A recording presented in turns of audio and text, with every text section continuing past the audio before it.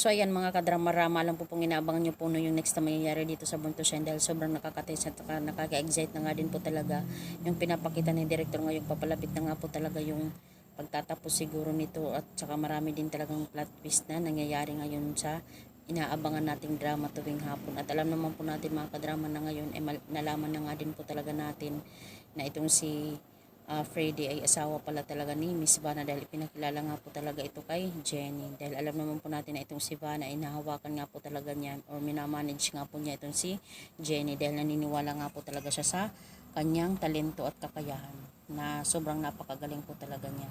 At ngayon mga kadrama ay malalaman po talaga natin na ito nga po talagang si Dara ay may secret affair nga po talaga sa asawa nga po talaga ni Miss Vanna. At alam naman po natin mga kadrama, sabi pa nga wala po talagang sekreto na hindi mabubulgar.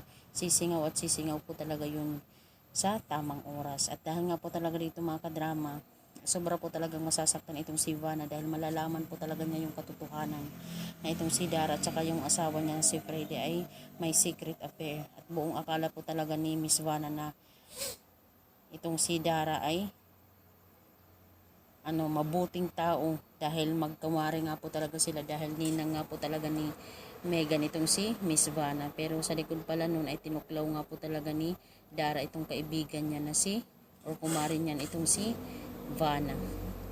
Kaya dahil nga po talaga dito mga kadrama ay masasaktan po talaga ng sobra itong si Miss Vanna dahil sa ginawa nga po talaga niya, ginawa ni Dara dito sa kanya.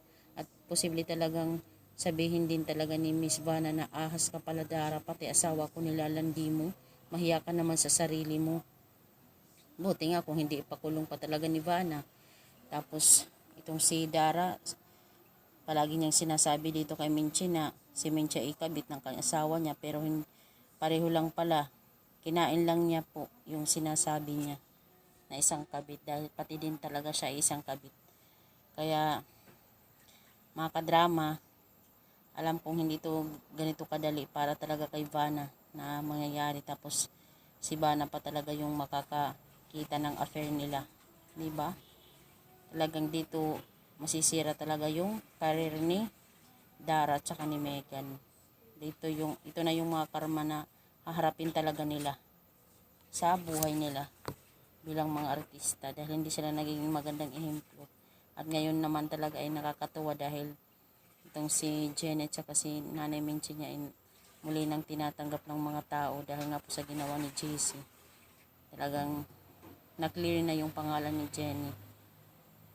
Ganun talaga kabuti si Jenny. So yun lang po mga kadrama, abangan na lang po natin yung next na mangyayari. Don't forget to please like, share, subscribe my channel. Thank you so much for watching. Bye!